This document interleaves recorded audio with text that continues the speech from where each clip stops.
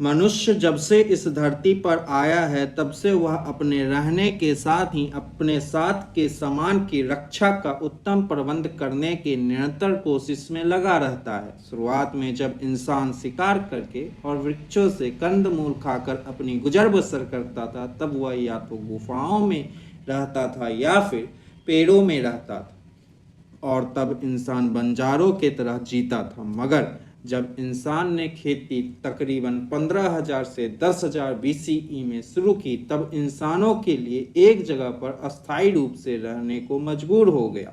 इसके बाद इंसान धीरे धीरे अपने लिए झोपड़ियों की तरह या यूं कहें घास फूस के मकान बनाने लगा। जैसे जैसे इंसान विकसित होता गया वह झोपड़ियों से भी आगे बढ़कर ऐसे ऐसे उत्कृष्ट नमूने न सिर्फ अपने रहने के लिए बल्कि अपने अनाज और पशुओं को सुरक्षित रखने के लिए बनाए, मगर इनमें से कई वक्त के साथ खत्म हो गए। कई जो रह गए उसे देखकर आज भी मानव अचंभित हो जाता है।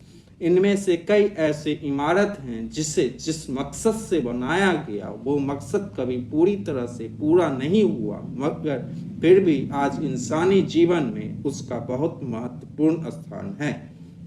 कुछ ऐसी ही कहानी है पटना की गोलघर की। पटना शहर में स्थित गोलघर 236 साल पुराना हो गया है। इस स्मारक के चारों तरफ 145 सीढ़ियां हैं जिसके ऊपर से आप पूरे शहर के दृश्य को आराम से देख सकते हैं। इस भवन का निर्माण 1786 में कप्तान जॉन गैस्ट्रिन द्वारा भंडार गृह के तौर पर किया गया था, पर चूंकि इस भवन का दरवाजा अंदर की ओर खुलता था जिसके वजह से दरवाजे के पीछे कुछ जगह छोड़नी पड़ती थी ताकि दरवाजा खुल सके। अगर अन्न भंडार को पूरी तरह से भर दिया जाता तो दरवाजा नहीं खुलता। गोलघर के मुख्य आकर्षण इसका स्तूप जैसा आकार। साल 1770 ये वो साल था जब बिहार और बंगाल और आधुनिक बांग्लादेश में विनाशकारी अकाल के कारण करीब करोड़ों लोगों की मौत हो गई।